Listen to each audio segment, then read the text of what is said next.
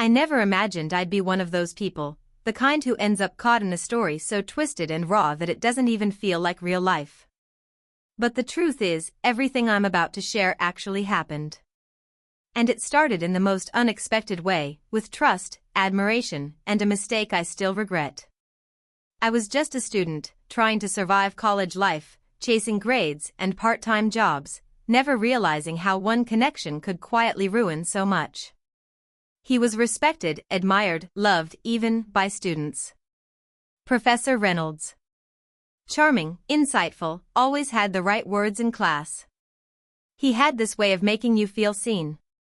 I looked up to him, the way many of us did. It wasn't love at first sight or some scandalous affair waiting to happen. It was subtle. Kindness that slowly blurred boundaries. Advice that turned personal. Long conversations after class that started feeling too intense, but I told myself it was just mentorship. I didn't grow up with a lot of guidance, so when someone finally took the time to actually listen to me, hear my goals, remember my struggles, it meant something. At first, I thought he genuinely cared about my future. That's how these things always start, right? With trust. I even introduced him to my fiancé once when he came to pick me up from campus. And that moment, his eyes, the forced smile, now haunts me. I didn't catch it then, but looking back, I wonder if that's when it all shifted. The turning point came after I submitted my final research paper. He asked me to meet in his office to go over it. I didn't think much of it. It was daylight. Doors were open when I arrived. Nothing felt off until the conversation drifted away from academics. He started asking questions that had nothing to do with school. Personal ones. About my relationship. About how happy I really was. His tone changed. He leaned closer, too close. I laughed it off nervously, hoping he'd stop. Hoping he was just being weird that day. But he didn't. I begged him to stop when the words turned into gestures I couldn't ignore. I was frozen between fear and shock. This was someone I admired. Someone who had earned my trust. And yet, in that moment, none of that mattered anymore. What followed after that left scars I still carry. But the worst part? What it did to my relationship. The betrayal didn't just come from him, it came from what I did next. A secret I kept, a choice I made, and the consequences that spiraled far beyond that office. There's more to the story, things I've never said out loud until now. And if you think this is just about one professor crossing a line, you're wrong. This is about how infidelity doesn't always start in a bedroom. Sometimes, it begins in the quiet moments when trust turns into something dangerous, and no one's really watching. After that day in his office, nothing felt the same. I walked out holding my breath, trying to act like I hadn't just felt my world tilt in the most confusing way. Everything around me looked normal, the hallway, the students chatting by the vending machine, even the sound of someone laughing down the corridor, but inside, I was completely shaken. I didn't tell anyone. Not my friends, not my fiancé, not even myself, really. I tried to convince my brain that maybe I had imagined it, that it wasn't what it felt like. But deep down, I knew the truth. The worst part was having to go back to his class the following week, pretending everything was fine. He acted like nothing had happened. No strange looks, no hesitation in his voice, no guilt. If anything, he was warmer, friendlier, like we shared some secret bond. I hated it. But at the same time, I felt this strange mix of guilt and confusion, like maybe I had done something wrong. Maybe I had led him on by staying late after class all those times, by sharing parts of my personal life with him, by letting him into corners of my world that should have been off limits. My fiancé, Daniel, had started noticing something was off. He'd ask why I seemed distant, why I was avoiding date nights or canceling plans last minute. I told him I was just stressed about school, buried in projects. That wasn't a lie, but it wasn't the whole truth either. I was scared to tell him. Scared he'd be angry, or worse, not believe me. And honestly, I was ashamed.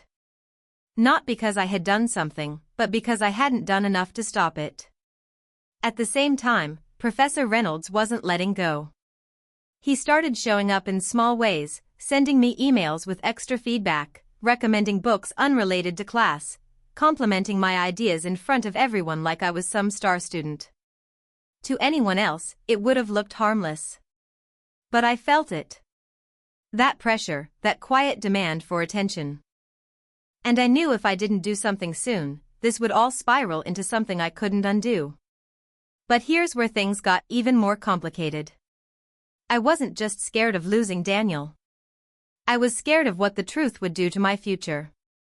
A scholarship review board was meeting soon, and Professor Reynolds had influence. If I spoke up, would they believe me? Or would I be labeled as the student who misread a situation? And if I kept quiet, what else would I be risking? I thought I was keeping the peace by staying silent. But in reality, I was digging a deeper hole. And someone I never expected, was about to uncover everything I was trying to hide. The real conflict wasn't just between me and Professor Reynolds, it was inside me. Every day felt like a silent tug-of-war. I'd wake up with a knot in my chest, wondering how much longer I could keep all of this buried. My performance in class began to slip. I was missing deadlines, zoning out during lectures, avoiding campus as much as I could. Still, I couldn't completely escape him. He'd always find a way to stay present, an email here, a question after class there. Always polite, always professional on the surface, but laced with this strange familiarity that made me feel trapped. At home, Daniel kept trying to bring us back to normal. He didn't know what I was going through, but he could sense something wasn't right. He even surprised me one evening with dinner and a small note that said, "I miss us."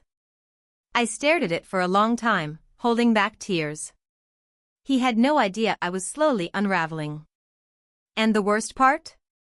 I started pulling away from him, not because I didn't love him, but because I couldn't look him in the eyes knowing what I was hiding. That's when something strange happened.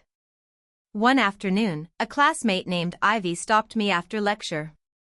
She was usually quiet, sat in the back, always scribbling notes. But that day, she looked nervous. She leaned in and said softly, "Has he ever made you feel uncomfortable?" My heart dropped. I didn't answer right away. I just nodded slightly. She didn't say much more, just that she thought she was the only one. That moment changed everything. For the first time, I realized I wasn't crazy, and I wasn't alone. Meanwhile, Daniel began asking more questions. He started noticing the emails, even caught me erasing one once before he could read it. He asked if something was going on. I denied it, of course. But he didn't believe me. I could see the doubt in his eyes. The distance between us grew, and I hated that I was the reason. I was trying to protect both of us, but it felt like I was only making things worse. The pressure kept building. Every choice I made, every silence I kept, seemed to lead me deeper into something I couldn't control. My future, my relationship, even my sense of who I was, it was all starting to blur. And just when I thought things couldn't get more complicated, something happened that flipped everything upside down. It all came to a breaking point one week before finals. Everything was crashing down at once, assignments piling up, sleepless nights, the weight of secrets pressing heavier on my chest. I was walking around like a shadow of myself. Even my closest friends had started asking if I was okay. I wasn't. I was anything but okay. Professor Reynolds had called me into his office again. Just like last time. The email said it was urgent feedback on my term paper. My stomach twisted the second I saw it. I didn't want to go, but a part of me felt like I had to. If I ignored him, would he retaliate? Would he report me for plagiarism or something ridiculous? He had that kind of power. And he knew it. I waited until just before sunset to head to his office, hoping there'd be people around. But the hallway was almost empty, quiet in that eerie way campus gets late in the day. When I walked in, the lights were dimmed.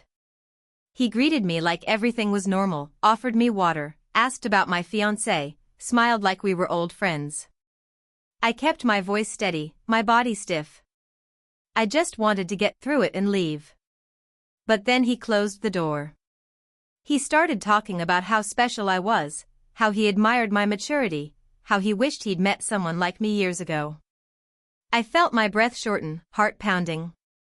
I froze when he stepped closer. I didn't know what to say. Everything inside me screamed to leave, to run, but my legs wouldn't move. I stared at the door, calculating how fast I could reach it. Before I could do anything, there was a knock. It was Ivy. She looked shocked to see us both there, but she quickly pretended she needed help with her paper. I grabbed my bag and left without saying a word. I didn't look back. I couldn't.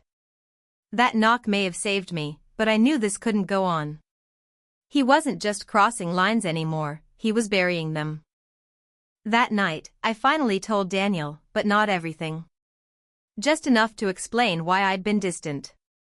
His reaction wasn't anger, it was heartbreak. He asked if I had feelings for the professor. I said no. He didn't believe me. That silence between us after that question still echoes in my mind. But then, the next morning, something even worse happened. An anonymous email landed in my inbox. With screenshots. Proof. And a message that said, "You're not the only one." That's when I knew, this wasn't just my story anymore. I stared at the email for what felt like hours. The screenshots were blurry but clear enough to see what they were, snippets of messages between Professor Reynolds and another student. Compliments, late-night conversations, even a photo of him sitting way too close to someone who wasn't me. And the message, "You're not the only one." My hands were shaking. My first thought was Ivy, had she sent this? Was she also tangled in this same mess? Or was it someone else entirely? I wanted to delete the email and pretend I never saw it. But I couldn't. It confirmed everything I had been trying so hard to push aside. This wasn't just about a misunderstanding or a moment that went too far. This was a pattern. And I wasn't his only target. Suddenly, all the little things made sense, the way he gave certain students more attention, the overly personal feedback, the jokes only some of us understood. How many of us had been quietly suffering, thinking we were alone? I called Ivy. She picked up right away, like she had been waiting for it. I asked if she had sent the email. She paused and then said, "No, but I got one too." That's when everything shifted. More students had started receiving these messages, each with screenshots, bits of proof, pieces of the same ugly puzzle. We weren't sure who was behind it, but one thing was clear, someone had been collecting evidence for a while, and they wanted us to know we weren't alone anymore. But with that knowledge came fear. We didn't know who to trust. If we went to the department, would they protect him? Or us? And what if he found out we were talking? I hadn't told anyone officially yet, not even the dean.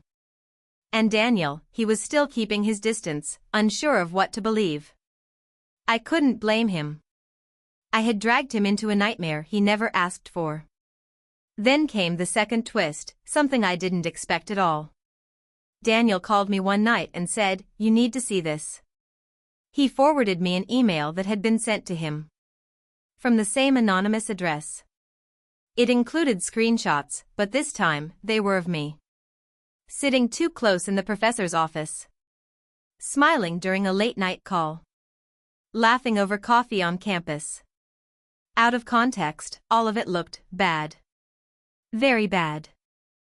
And whoever sent it had one goal, to turn Daniel against me. My heart dropped. I knew those moments weren't what they looked like. I had stayed quiet, unsure, frozen in fear. But now it looked like I had been hiding more than I had told him. Daniel was angry, confused. "Were you in love with him?" he asked. I couldn't even answer. The truth was so tangled now, I didn't know what to say without it sounding like another excuse. That's when I realized this wasn't just about one professor anymore. Someone was watching us. Someone wanted this all to blow up. And the biggest secret? I think I knew who it was. I couldn't sleep after Daniel showed me the screenshots. My mind kept spinning, who was behind the emails? Why now? And more than anything, how did they get those photos? Some of those moments weren't even taken by me. They were private, in places that weren't easy to access. Whoever this was, they had been following me. Watching. The next day, Ivy and I met in person. We sat in the back of a quiet campus cafe, speaking in hushed voices. She looked pale, tense. Then she dropped the final clue. "I think I know who sent the emails," she said. "It's Claire." Claire. A name I hadn't heard in weeks. She was another student in our department, quiet, always polite, but distant. She used to be really close to Professor Reynolds. People joked that she was his favorite, but no one ever took it seriously. Ivy told me she'd heard rumors that Claire had reported him once, months ago, but nothing came of it. After that, she went silent. Now, it looked like she had taken matters into her own hands. That same evening, we got confirmation. An anonymous social account posted a thread with every screenshot, every name, every incident, anonymous identities protected, but the pattern was obvious. Professor Reynolds had been manipulating students for years. He'd used trust, grades, mentorship, all to control. And the post ended with one line: "We were never crazy. We were just ignored." It spread like wildfire. By the next morning, the dean had issued a statement. Reynolds was placed on immediate leave pending investigation. Students started coming forward. The silence had finally broken. But that didn't fix everything. Daniel and I still had a long way to go. He told me he didn't know what to believe anymore, not because he thought I'd betrayed him, but because I hadn't trusted him enough to share the truth when it mattered. That hurt more than anything. And I couldn't argue. He was right. Then, just when things seemed to be settling, I got one last message. No subject line. No text. Just a photo of me and Claire, taken from a distance. We weren't even facing the camera. But it sent chills through me. Someone was still watching. Still tracking. And they weren't done. That was the twist I never saw coming. This whole time, I thought Claire was exposing him out of revenge. But what if she had another motive? What if this was about more than justice? What if I had just become a piece in someone else's story? Everything that had happened, the secrets, the betrayal, the emotional manipulation, the infidelity of trust, it was real. But now a new question had formed in my mind. Was the truth finally out, or was this just the beginning of something even darker? After that last photo, I knew I couldn't ignore the bigger picture anymore. I reported it to the campus security, and to my surprise, I wasn't the only one. Others had also received strange messages, anonymous photos, and vague warnings. What began as a personal story of emotional manipulation and betrayal had turned into something much larger, a full investigation into years of inappropriate behavior, digital stalking, and quiet cover-ups. Claire was eventually brought in for questioning. It turned out she had gathered evidence not just for herself, but for several other students who were too afraid to speak up. She had been tracking Reynolds for months, documenting every detail, every message. She never wanted to hurt anyone, she just didn't know who else to trust. Her way of sending the anonymous emails was her desperate attempt to force the truth out when no one else was listening. Her final message to me wasn't a threat, it was a warning. She thought someone else was watching us both. Someone who wanted everything buried again. Professor Reynolds never returned to campus. Once the investigation went public, more and more students came forward.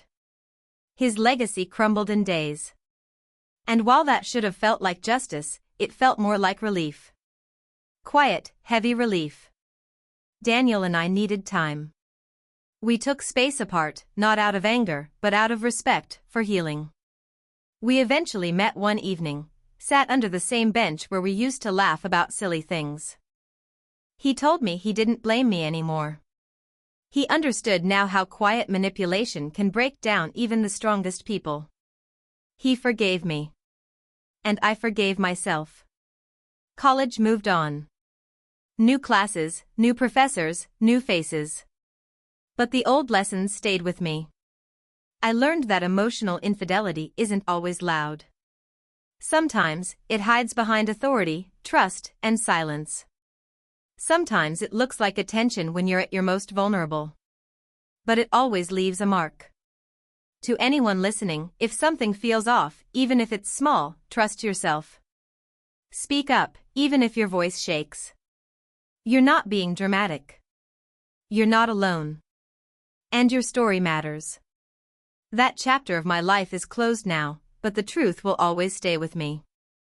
And in the end, that's how healing begins, by finally telling the story out loud. 13.